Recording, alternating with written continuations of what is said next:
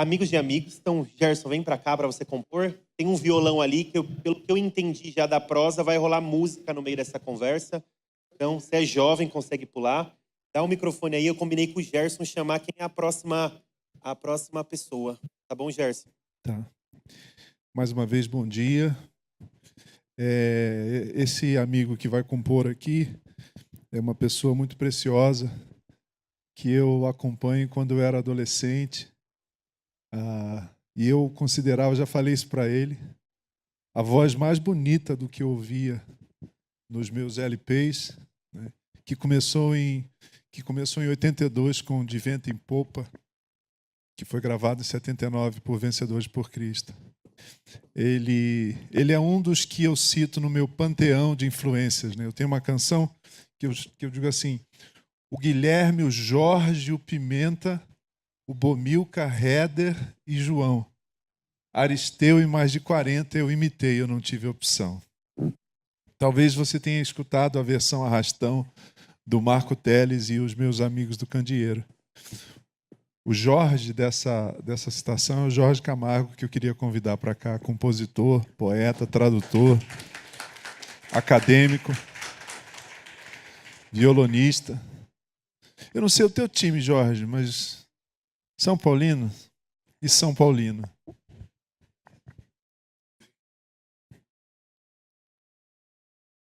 E a próxima pessoa que nós vamos chamar é também o querido cantor e compositor Paulo Nazaré. Eu não tenho roupa para estar nessa mesa com todos eles. Palmas aí para o Paulo também. Alegria ter você aqui. Falaram para ficar perto do violão aí para ilustrar. Olha que roubada, hein, Jorge? Vou usar seu conhecimento enciclopédico do cancioneiro brasileiro, né? Gente, que alegria estar aqui. Como eu disse, eu realmente não tenho roupa para estar aqui.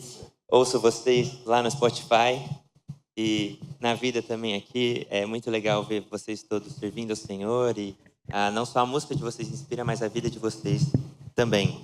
Para quem não me conhece, eu sou Lucas Pegoraro, faço parte da equipe do Efeito Prisma e coordeno o Bible Project português aqui no Brasil. E é muito bom estar aqui. E antes só da gente começar a nossa conversa, eu quero ler um texto bíblico e aqui um compromisso da cidade do Cabo que fala sobre a verdade e a arte em missões. E aí eu queria que a gente conversasse um pouco sobre isso. E aí também é para ser uma prosa, então podemos cantar um pouquinho. E no compromisso do Cabo, diz assim: a verdade e a arte em missões. Nós possuímos o dom da criatividade, pois somos feitos à imagem de Deus. A arte em suas várias formas é parte integral do que fazemos como humanos e pode refletir algo da beleza e da verdade de Deus. Os artistas, no seu melhor, são narradores da verdade e por isso a arte constitui um meio importante através do qual podemos comunicar a verdade do Evangelho. O teatro, a dança, a história, a música e as artes plásticas podem expressar a realidade da nossa condição de perdidos e a esperança firmada no Evangelho de que tudo pode ser novo. E aí também, no texto de Apocalipse 21, 22 a 26, estamos aí na consumação de todas as coisas. E aí o texto fala assim: não vi templo algum na cidade, pois o Senhor, o Deus, o Todo-Poderoso e o Cordeiro são o seu templo. A cidade não precisa de sol nem de lua, pois a glória de Deus a ilumina, e o Cordeiro é sua lâmpada. As nações andarão em sua luz, e os reis em toda a sua glória entrarão em sua cidade. Suas portas nunca se fecharão, pois ali não haverá noite, e todas as nações trarão sua glória e honra à cidade, né? Então, as nações vão trazer parte da sua cultura diante do Rei dos Reis. E diante disso, desses dois textos que a gente leu, gostaria de ouvir aí de cada um aí por uns 5 minutos. Você fale um pouco de você, da sua arte, mas também a gente conversa aqui sobre essas temáticas, né? O tema da nossa mesa aqui é o Brasil, a igreja e a música brasileira, e eu acho que tem tudo a ver com o que a gente leu e com a vida de vocês também. Vou começar aí com o Gerson e aí a gente pode... Pelo mais novo ou pelo mais velho? Bom, eu sou carioca, né? Vou ficar citando música até sem cantar, né? Como diz Benjó, a cigonha me deixou em Madureira. Nasci no subúrbio do Rio de Janeiro, não na Madureira, Campinho, em 69, sou de 69. E eu cresci na igreja evangélica. Meu pai, pastor de igreja pentecostal, histórica, tradicional, Assembleia de Deus, né? E eu cresci nesse ambiente da igreja. Eu falo sobre isso num dos meus textos, o ser evangélico sem deixar de ser brasileiro. E havia uma rejeição muito grande à cultura brasileira e à música brasileira na minha infância. Eu achava que isso era coisa do ambiente pentecostal clássico, mas depois eu fui descobrir que na Igreja Batista também havia uma rejeição. O ambiente batista tinha essa separação igreja-mundo. Na verdade, isso tem uma herança anabatista muito forte, né? E só na adolescência eu comecei a prestar mais atenção na música que eu ouvia na rua. Porque eu cresci no subúrbio, e aí a gente ia jogar bola na rua, e campinho assim de rua, e tinha uma senhora vizinha do campinho que ficava ouvindo rádio, e eu comecei a ouvir música popular brasileira no rádio daquela senhora do lado do nosso campinho, né? Sonho meu. Vocês conhecem esse louvor? Sonho meu vai buscar quem mora longe. Sonho meu. Não é, Paulo? Não é? O idealismo alemão, né? O sonho meu, né? E eu ficava muito constrangido, muito tocado pelo fato de que, já usei 2 minutos e meio, de que aquela música, aquela poética, aquela saudade que Dona Ivone Lara cantava, né? Vai buscar, vai matar essa saudade. Não é? Aquilo era tão bonito, mas eu dizia assim, como uma coisa tão bonita assim pode ser de Satanás, né? Pode ser do diabo, né? Pode ser nocivo. Eu não conhecia ainda o conceito de que nem tudo que é secular é profano e nem tudo que é religioso é sagrado. Mas isso foi um aprendizado, né? Quem me salvou e me encaminhou para a estética, para a poética, para essa coisa tão vasta que é a música popular brasileira. A música popular mais bonita do planeta é a música popular brasileira. Pergunta isso para um músico de jazz norte-americano, né? As pessoas conhecem Pixinguinha na Finlândia. Né? Mais do que aqui, talvez. Mais do que aqui. Eu conheci um americano uma vez num voo de Miami para cá, e ele tinha uma filha morena, e ele bem típico gringo, né? Wasp, né? E aí conversa vai, ele às vezes falava em português com a menina, e eu disse, onde você aprendeu português? Aí ele falou, é uma longa história. E ele disse que ele era um dentista da Califórnia, e um amigo uma vez o convidou para um show que simplesmente mudou a vida dele. Ele foi assistir Milton Nascimento em Albuquerque, na Califórnia. Ele ficou tão tocado pela beleza da música do Clube da Esquina que ele veio visitar o Brasil, conheceu uma brasileira e casou com uma brasileira. E aí, 6 horas de viagem, ele começou a falar tanta coisa. Daqui a pouco ele estava citando discos do Egberto Gismonti e do Hermeto Pascoal que eu nunca ouvia falar, né? Começou a me dar aula de música popular brasileira. Então, essa é a minha história. Eu cresci na igreja com essa crise, mas o que me salvou, e com isso eu termino, foi em 1982, quando ali perto de Niterói, num bairro de São Gonçalo chamado Alcântara. Vocês conhecem Alcântara? Você é de lá? Sabe quem é de lá também? O Agostinho Carrara. Ele é de Alcântara. Não é Agostinho de Hipona, não, pastor Paulo. É o Agostinho Carrara, entendeu? E aí, Jorge, eu ganhei um dinheiro, nem sei como, e eu fui numa livraria evangélica que tinha em Alcântara, na rua Yolanda Saad Abu Zaid. Você conhece, né, filho? Você nasceu do lado. Só que quando eu fui lá, você não era nascido ainda. 82. E aí, no meio daqueles discos todos assim produzidos aqui na Conde de Sarzedas, o cara com a Bíblia aberta, segurando o coqueiro, né? O rei está voltando. Aquela estética dos anos 70, da música né, que era produzida aqui nas gravadoras da Conde Sazia. No meio daquilo tudo, tinha uma capa com um saveiro escrito de vento em popa, vencedores por Cristo. Aí eu lembro que eu comprei aquele disco, fui para casa, né? A gente tinha toca-disco, botei o toca-disco na vitrola, né? Tinha uma vitrola. E começou a bossa nova de Aristeu Pires Júnior, né? Começou Sérgio Pimenta. Você não estava de vento em popa ainda não, né, Jorge? Mas estava o Bomilca, estava o Nelson, estava o Leoto, estava o Ed, o Guilherme, nosso querido amigo e parceiro, né? Eu confesso a vocês que a minha primeira experiência com as harmonias, com as melodias, com a estética, fora do estrofe-coro, estrofe-coro, estrofe-coro dos Inários, foi ouvindo de vento em popa. Aí, por causa de vento em popa, aí eu descobri os baianos, os mineiros, né? Enfim, e eu já estourei os meus 5 minutos. Esse é um pouco da minha história, apaixonada pela canção popular feita nesse país para a glória de Deus. Amém. Você quer os meus 5 minutos? Eu queria continuar te ouvindo, pô. Para mim é muito difícil estar aqui entre esses dois, tendo que dizer qualquer coisa. Eu me sinto muito privilegiado porque eu nasci e cresci ouvindo esses dois, embora eles não sejam tão velhos assim, são jovens, né, Jorge? Mas eu sou muito privilegiado, assim, e a música brasileira me foi apresentada, ou eu fui apresentado a ela, não sei o que é melhor dizer, mas não como música brasileira, mas como música. Música. Uhum. Sem adjetivo.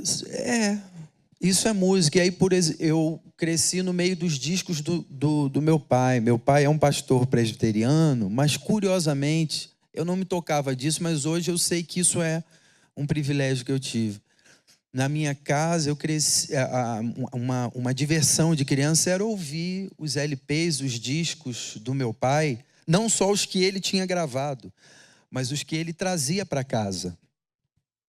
Então, por exemplo, tem um disco chamado Ângelos, do Milton Nascimento, que é uma coisa maravilhosa. Vou ilustrar, hein?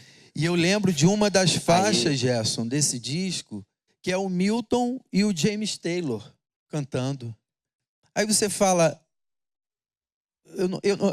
para mim não era música brasileira ou música, é música da mais alta qualidade e existe música boa e música ruim, né? O que dizem, né? A diferença é essa, assim. Existem só 2 categorias. Mas eu tive esse privilégio de crescer ouvindo essas coisas e ouvindo meu pai compondo e tal. Então eu creio que diante do privilégio que eu tive, o que eu ofereço, é muito pouquinho, porque eu sou muito privilegiado. E eu tava lembrando disso, pensando nos discos e nesse momento aqui, para encerrar essa minha fala aqui, que eu não sei quanto tempo que eu já usei, mas jamais eu posso tomar 1 segundo que seja do Jorge, porque eu quero ouvir ele. Eu lembro do meu pai usando as músicas e a Bíblia para conversar comigo. Então eu lembro de um refrão do meu artista popular brasileiro preferido, não vou citar o nome dele, mas o refrão da música, Jorge, diz: de jangada leva uma eternidade, de saveiro leva uma encarnação, de avião o tempo de uma saudade. Eu lembro que eu cantava isso repetidas vezes, porque eu adorava essa melodia, essas palavras, embora eu não conhecesse, eu gostava de cantar, achava aquilo lindo.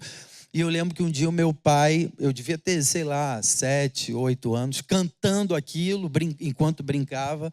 Meu pai me chamou e falou: filho, você sabe o que significa encarnação? Sabe o que significa eternidade? E eu lembro que ele começou a me ensinar esses conceitos e a falar sobre essas palavras a partir de uma música que eu amei e que eu gostava, que não necessariamente tudo que vinha dito nela indicava algo que deveria me formar, talvez, ou que ajudaria na minha fé. Mas ele, a partir da cultura, tendo como a base eterna e de sempre lá em casa o Evangelho, ele me ensinou muita coisa que talvez seria mais difícil me ensinar a partir só dos cânticos que a gente canta né, na igreja. Então eu dou um valor enorme a isso e digo, poxa, eu queria que os meus filhos também crescessem com esse tipo de referência, não tendo medo ou não. Mas o Paulo falou hoje aqui, né, esse filtro que não é uma barreira, mas que orienta Que mantém a o fluxo. gente.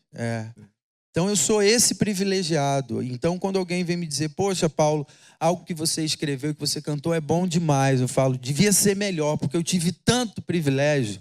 Eu me vejo tão, né, abençoado nesse sentido que o que eu faço não é muito pouco. Mas graças a Deus pela vida de vocês, que sempre me inspiraram e que são, ainda hoje, continuarão sendo referência para mim. Jorge.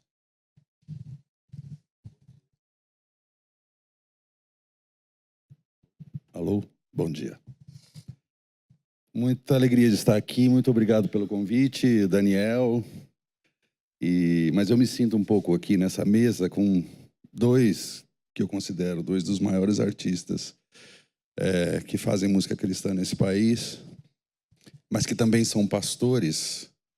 Eu me sinto um pouco como Belchior naquele seu célebre poema que diz assim: eu sou apenas um rapaz latino-americano sem dinheiro no banco. Quer cantar? Sem parentes importantes e Gerson vindo tá do doido interior. pra... Mas no final do poema ele diz assim: por favor, não saque a arma no salão. Eu sou apenas o cantor. Maravilhoso isso. Mas é um pouco do sentimento, né? Não tem essa alcunha, não tem esse rótulo pastoral. Mas falando um pouco da minha história, eu tomei contato com o Evangelho na adolescência. E na adolescência, filho único de pais que moravam na periferia aqui de São Paulo, eu ouvia rádio. Rádio era a grande referência musical para nós. Sem internet, sem celular, sem redes sociais. E eu lembro que eu ouvi um programa do rádio que era transmitido do Rio de Janeiro, do Haroldo de Andrade, um grande comunicador.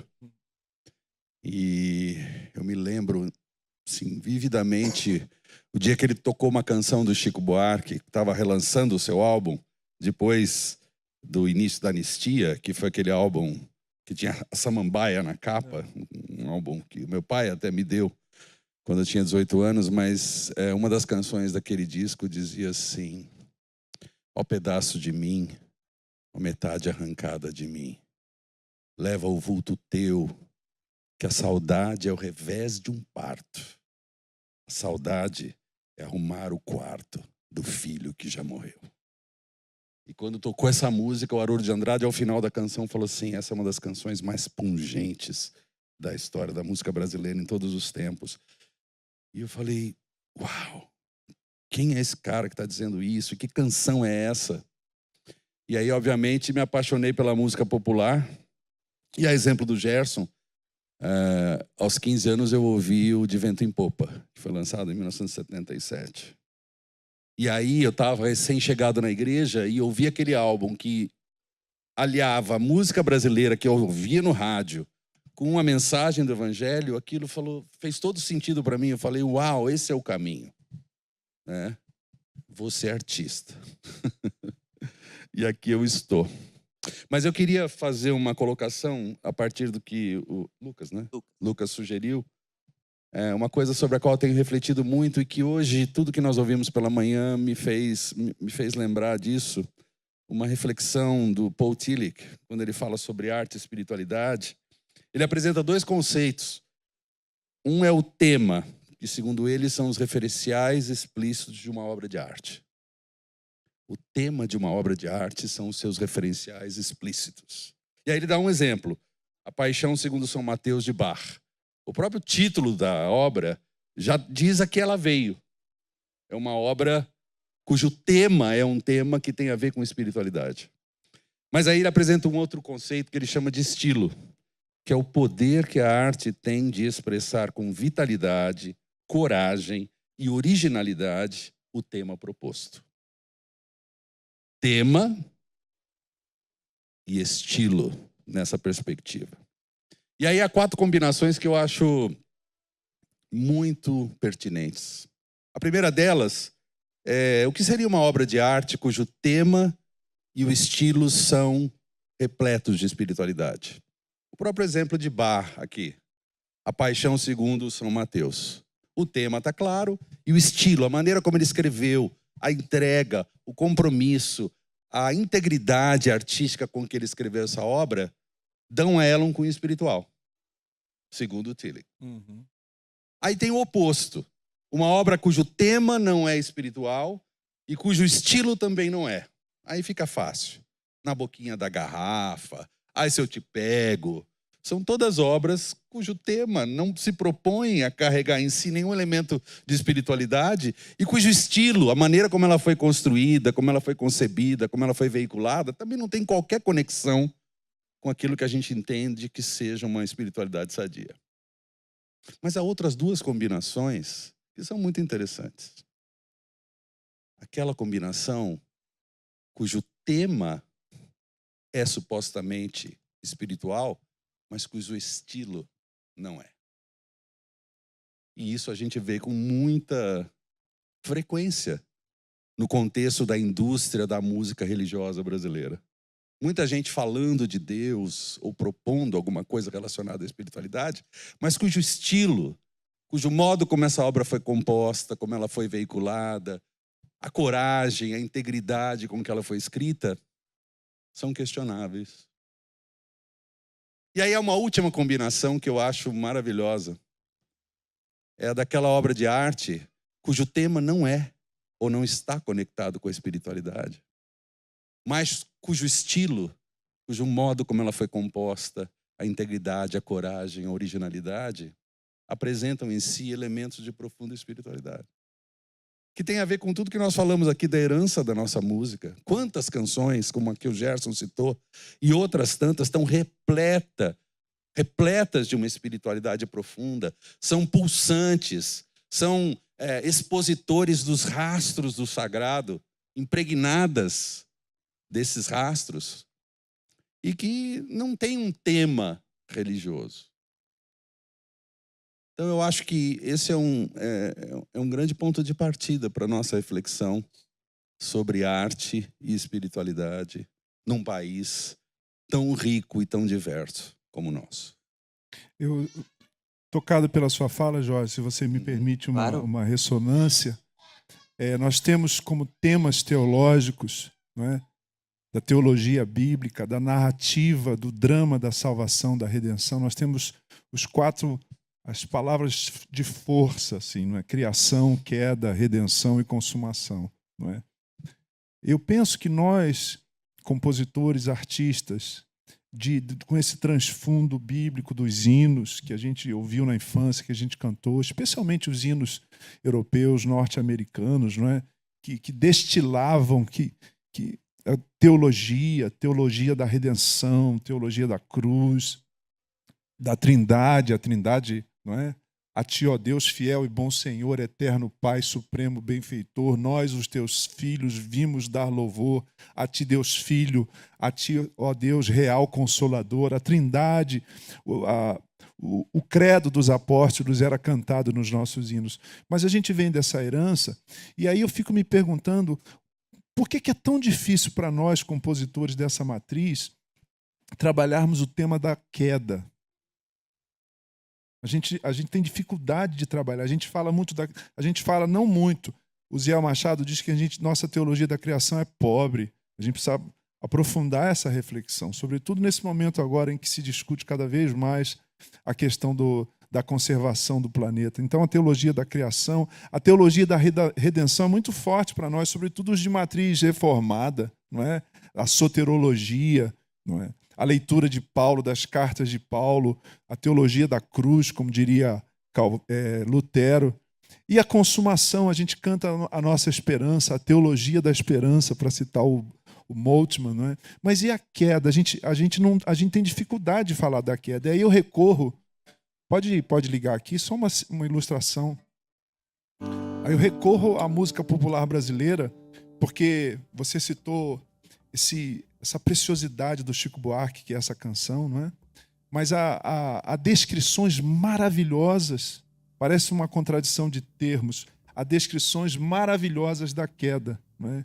De como o nosso afastamento, o nosso divórcio, a nossa desconexão com o Criador desde Gênesis 3 é profunda, né? E eu estava ouvindo rádio há algum tempo e ouvi uma canção de um compositor lá de Belém do Pará, Nilson Chaves, que eu disse, eu tenho que citar isso no meu sermão sobre o que o pecado faz, né? Não há dor que seja mais dolorida do que ter tido tudo na vida e de repente perceber que é comum ser mais uma pessoa enganada pela reta branca da estrada que vai do nada pra lugar nenhum. Isso foi na rádio, foi? Ouvi no rádio, cara. Cara, que rádio é essa, né? Mas já tem tempo. Que riqueza. Não há dor que seja mais dolorida do que ter tido tudo na vida e de repente perceber que é comum ser mais uma pessoa enganada pela reta branca da estrada que vai do nada pra lugar nenhum.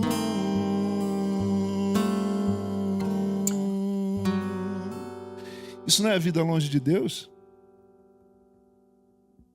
E aí depois você apresenta a redenção. Depois você fala da cruz. Pronto, já estou pregando, mas não é domingo. Muito bom. É o clamor da cultura, né? Bom. Quer comentar alguma coisa? Alguém mais sobre Já usei isso? meu tempo, pode passar para o Paulinho. Acho que vocês estão no chão da igreja, assim, né? Vivendo a vida da igreja e aí eu queria que vocês falassem um pouco sobre o papel da música na formação do nosso imaginário.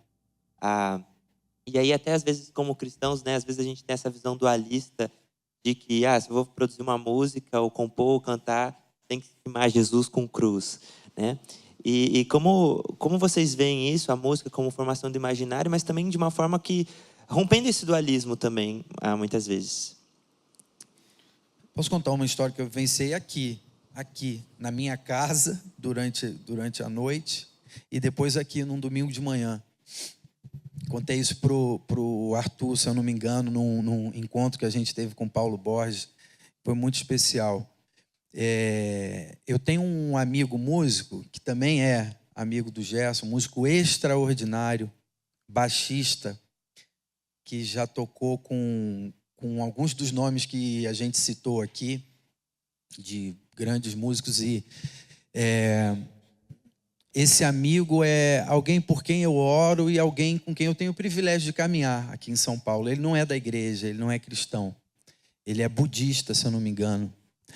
Mas é curioso que, à medida que a gente foi se conhecendo e eu indo nos lugares onde ele tocava e tudo mais, ele começou a me chamar, Jorge, de meu pastor. Fala assim, eu não sou crente não, Paulo, mas você é meu pastor. E eu falei, poxa, cara, legal. Eu acho que é mais uma troca entre a gente. Você também me ensina muito, eu aprendo muito com você, sua vida é muito preciosa e tal. E beleza, a gente caminhando. Um dia ele falou, Paulo, você não vai me chamar para ir na sua igreja, não? Eu falei, eu não. Porque eu tenho ido onde você está, você não precisa ir na minha igreja, não. Pelo menos a princípio, não tenho essa pressa, não estou com essa preocupação. Isso chocou ele, assim. Ele falou, mas como é que pode isso e tal? Você é crente mesmo? Eu falei, eu acho que eu sou, eu amo muito a Jesus.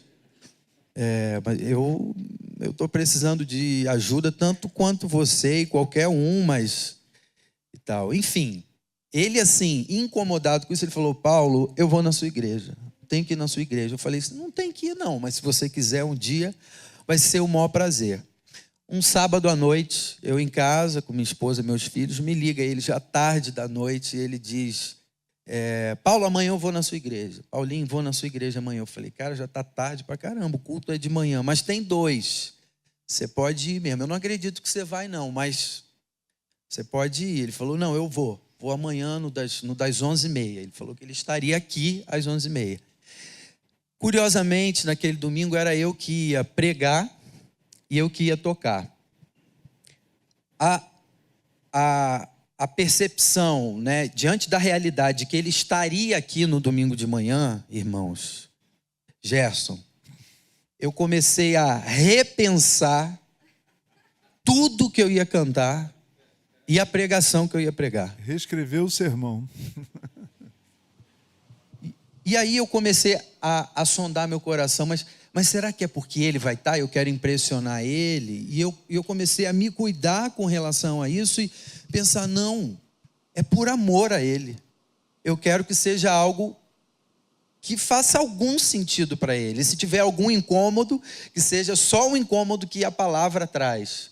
Mas eu não quero jamais cantar músicas amanhã que ele venha dizer, o que é isso que está falando? Isso não faz sentido nenhum para mim. Enfim, resumindo.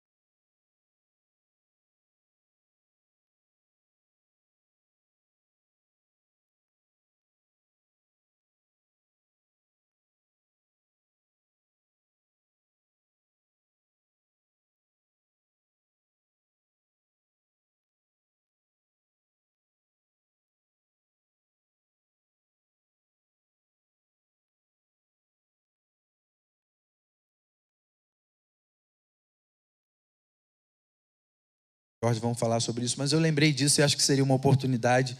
Foi aqui, assim, que isso aconteceu e eu sou sempre impactado por essa lembrança e por esse testemunho. Ele ainda não veio à igreja, mas eu continuo indo aonde ele está, porque amo ouvi-lo tocar, porque amo a vida dele e porque entendo que eu preciso também dele para me tornar um crente melhor, sabe? Menos ensimesmado e mais voltado para o outro. Eu também desejo que ele... Você sabe quem é? É um Claro, querido do nosso coração. Grande né? músico. O cara viajou com Djavan, precisa falar mais assim, não é? Excursionou com Djavan, Jorge. Rapidinho, eu queria ouvir o Jorge, mas assim, pegando carona no Paulinho, tem uma frase do filósofo judeu Walter Benjamin que me provoca, me faz pensar, que é o seguinte: a forma do conteúdo é o conteúdo da forma. A forma do conteúdo é o conteúdo da forma. A arte é forma. A arte é forma.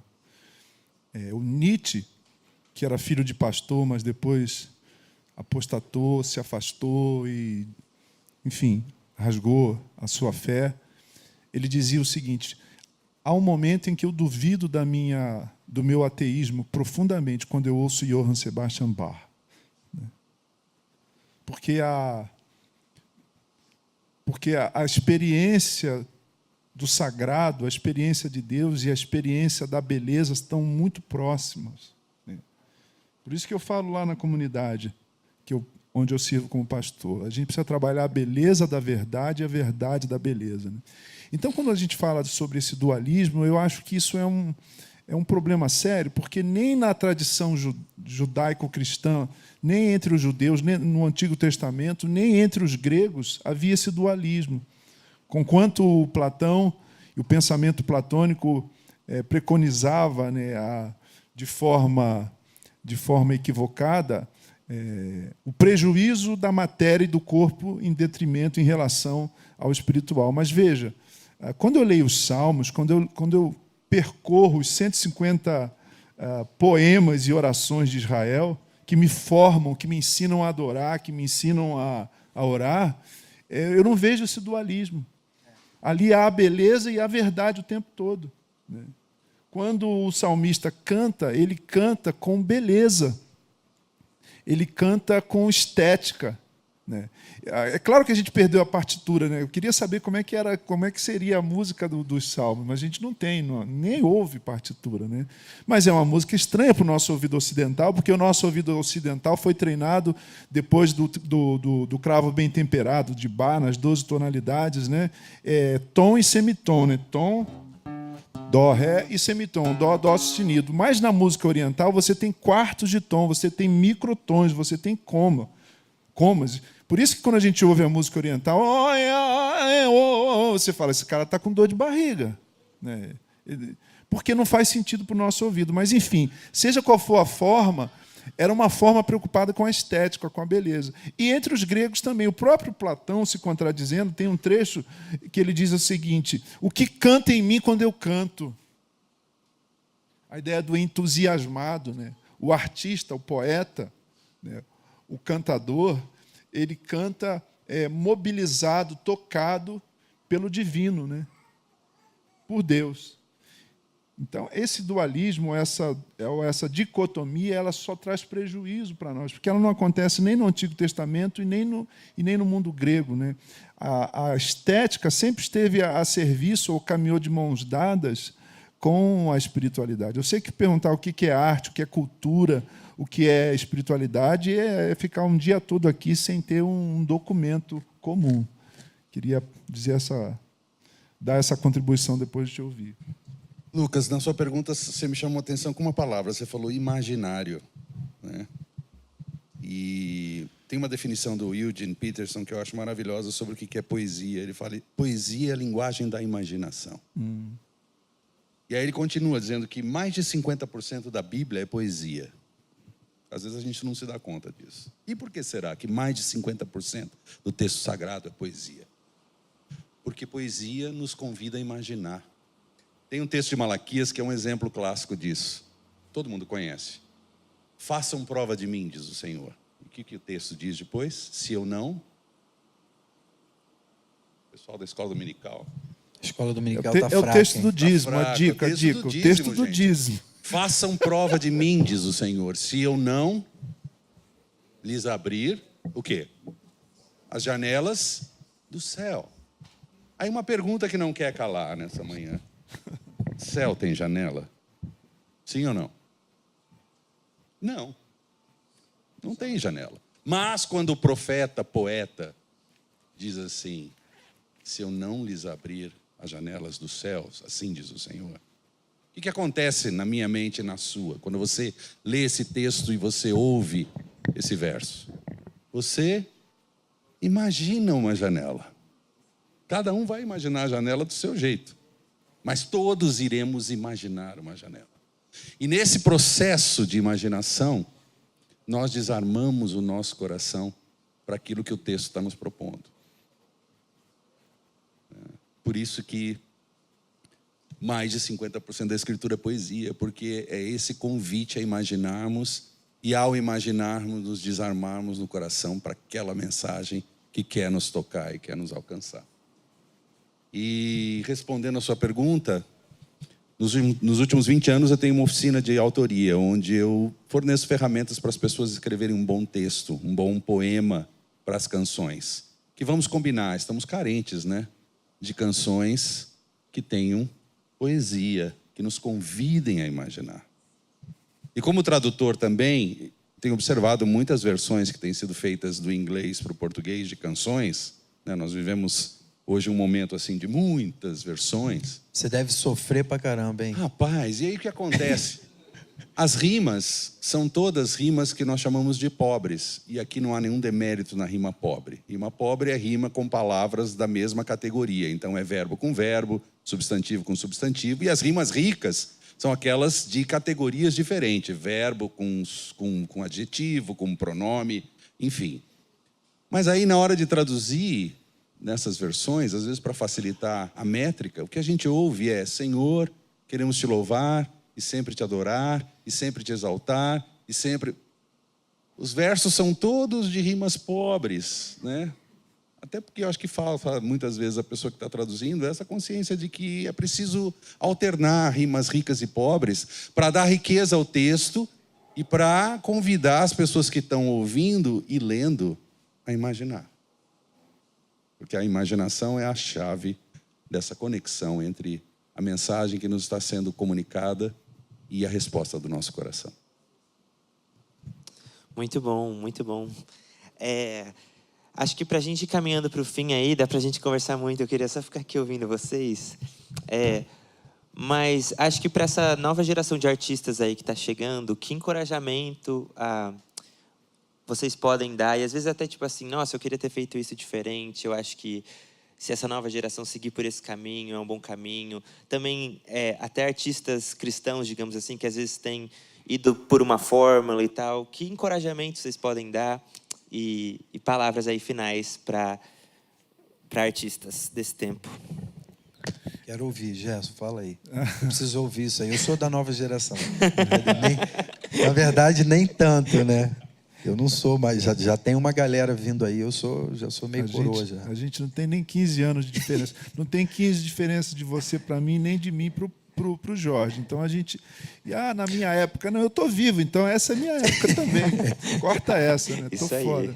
Não é? E o Gui fala isso, né? Não, porque você é um dos dinossauros. Ele falou, fui extinto? Muito bom. Muito bom. Olha, eu acho que minha palavra de encorajamento para os novos compositores é: conheçam, pelo menos 2 ou 3 coisas. Em primeiro lugar, conheçam o legado da música popular brasileira. Conheçam os letristas, conheçam os compositores, conheçam as harmonias, né? Conheçam Paulo César Pinheiro, conheçam Aldir Blanc, conheçam Ronaldo Bastos, Márcio Borges, conheçam Vitor Martins, conheçam os grandes letristas dos grandes compositores, né? Poucos dos nossos compositores compuseram letra e música ao mesmo tempo, né? O Djavan é uma exceção, e o Djavan é um artista concreto. A letra dele é poesia abstrata, né? Açaí guardiã, luz do besouro imã, branca é a tez da manhã. Não é maravilhoso, profundo isso? Não é? Mas é poesia abstrata. Não tenta achar um sentido, uma mensagem. A mensagem de uma letra do Djavan, em geral, é a própria poética do Djavan. Então, conheçam a nossa herança.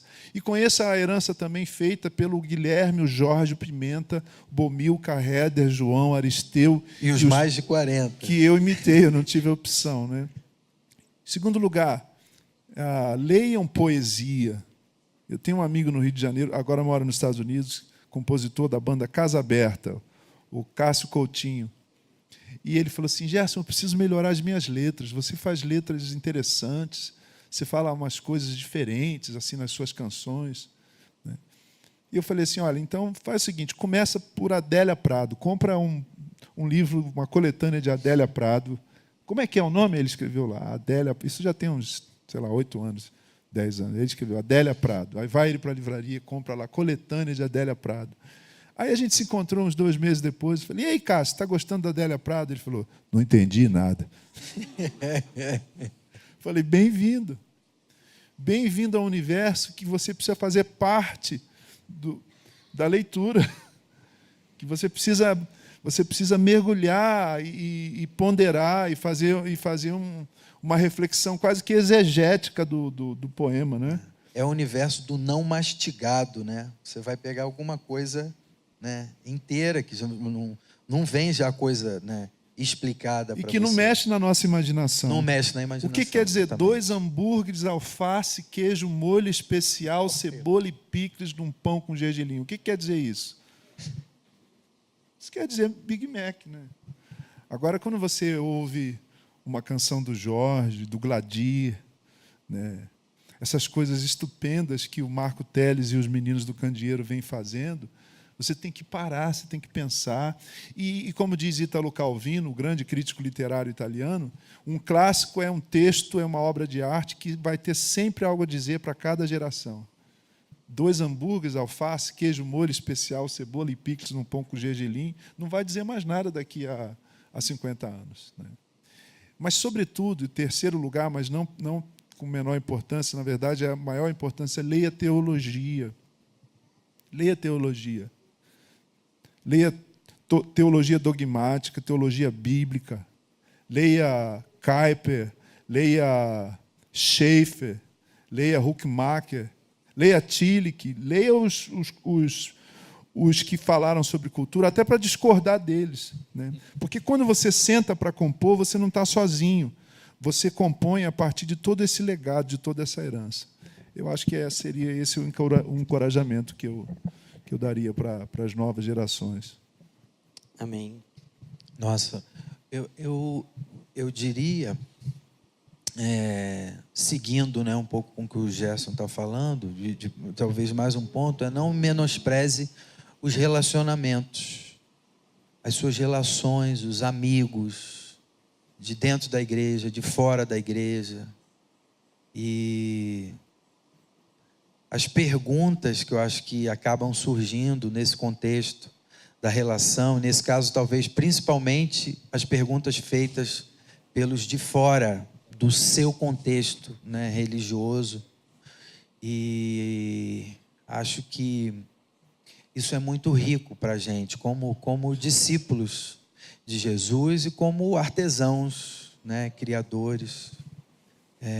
Na minha vida isso tem sido muito importante, assim. Quanta coisa que já não me veio, ideias, insights, a partir de conversas com o Gerson, com meu pai e com o cara que eu citei agora há pouco aqui, nos encontros, né, na simplicidade das trocas. Eu acho que falta também um pouco disso no que a gente tem proposto, sabe, nas nossas liturgias, no que a gente tem criado, assim, mais chão, né, da vida no que a gente fala, né, mais realidade, e aí necessariamente, eventualmente, mais dor, né, um pouco das nossas crises de fé. A gente não precisa, a gente fala sobre a fé, mas a gente pode falar também sobre a crise de fé. E isso vem nos relacionamentos, na sinceridade, na transparência.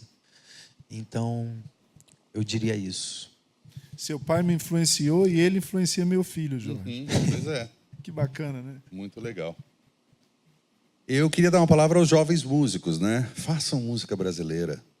Façam música brasileira. O Jobim dizia isso, né? Se a sua música é ruim, faça música brasileira. Se ela é mais ou menos, faça música brasileira. Se ela é boa, faça música brasileira. Ele dizia, se você faz uma música cópia de algum outro país ou de alguma herança cultural, você está em desvantagem, porque provavelmente tem 10 mil caras lá fazendo uma música muito melhor que a que você está tentando imitar. Agora, se você faz uma música a partir da sua própria realidade, do seu próprio contexto, a possibilidade dela ser original é muito maior. E nós vivemos num país, o Gerson destacou isso no começo, de uma riqueza cultural absurda, né? São dezenas e dezenas de ritmos. Eu me arrisco a dizer que não há nenhum outro país no mundo com a riqueza e a diversidade cultural em termos de música popular como o Brasil. Não há. Não há. Principalmente no diálogo com a literatura. Você vê o Chico Buarque e tantos outros, Dori Caymmi, fazendo música, conversando com as grandes obras da nossa literatura, Grande Sertão Veredas, entre tantas outras coisas. Então, assim, é uma riqueza imensurável. E nós, como cristãos, né, precisamos refletir essa riqueza. E como artistas, como músicos, precisamos beber nessas fontes e transformar isso em arte a partir da nossa própria experiência. Então, o Brasil hoje não é só uma grande referência missionária no sentido do envio de missionários enfim, de pregadores, mas é também e pode ser uma referência cultural para o mundo, né? Então, eu acho que é isso. Eu posso propor, Batista, né? Posso propor que a gente termine com um refrão do Jorge, que eu acho que dialoga com tudo isso. Temos apoio aí na congregação? Apoiado. A capela, hein? Vamos lá? Você nem sabe qual é, mas confia em mim, né? Tu és o Senhor de toda glória, hoje e sempre como foste outrora,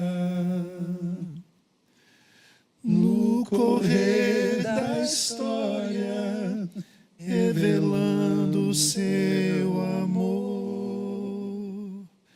Deus bendito, Rei e Salvador.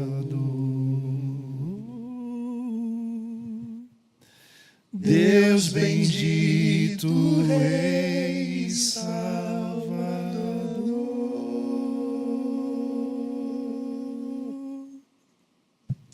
Amém. Amém. Vamos orar então. Glórias a Deus. Quero agradecer vocês e vamos encerrar orando então, agradecendo a Deus por esse tempo. Obrigado, Senhor Jesus, porque o Senhor é o Deus de toda a cultura, de toda a história, e é o Deus da nossa cultura e da nossa história, Senhor. E um dia estaremos trazendo diante do Senhor, Deus, toda a glória, Senhor, e riqueza, Senhor, da nossa nação, Pai. E nós te pedimos que o Senhor nos ajude a sermos fiéis, Senhor, com o que o Senhor tem nos dado, Pai. Queremos te agradecer pela vida desses irmãos que abriram caminho, Senhor, que nos inspiram e que nos ajudam na formação do nosso imaginário e que apontam para o Senhor, Deus, com a vida deles, com a música deles. E nós te pedimos, Senhor, nos ajuda a realmente ser fiéis, Senhor, em mostrar a sua glória com beleza, com verdade, Senhor, porque em Ti há toda a beleza, em Ti há toda a verdade. E nós te agradecemos por esse tempo, te agradecemos, Deus, porque o Senhor nos deu capacidade de criar, Senhor, e capacidade de inspirar, Deus, e de ver beleza, Senhor. Que bênção, Senhor. Nós ansiamos pelo dia, Senhor, em que estaremos vivendo toda a beleza, Deus, toda a arte, Pai, toda a música da forma mais plena possível, Pai. Enquanto não chegamos lá, te pedimos que o Senhor nos ajude na nossa criação, Deus, e naquilo que ouvimos, que cantamos, que expressamos, que isso tudo já aponte, Deus, para esse dia, Senhor. E te agradecemos por esse legado, Senhor, desses irmãos aqui, Pai. Em nome de Jesus. Amém. Amém. Obrigado, pessoal. Amém, amém. Eu queria te convidar para ficar de pé. Por favor, fique de pé.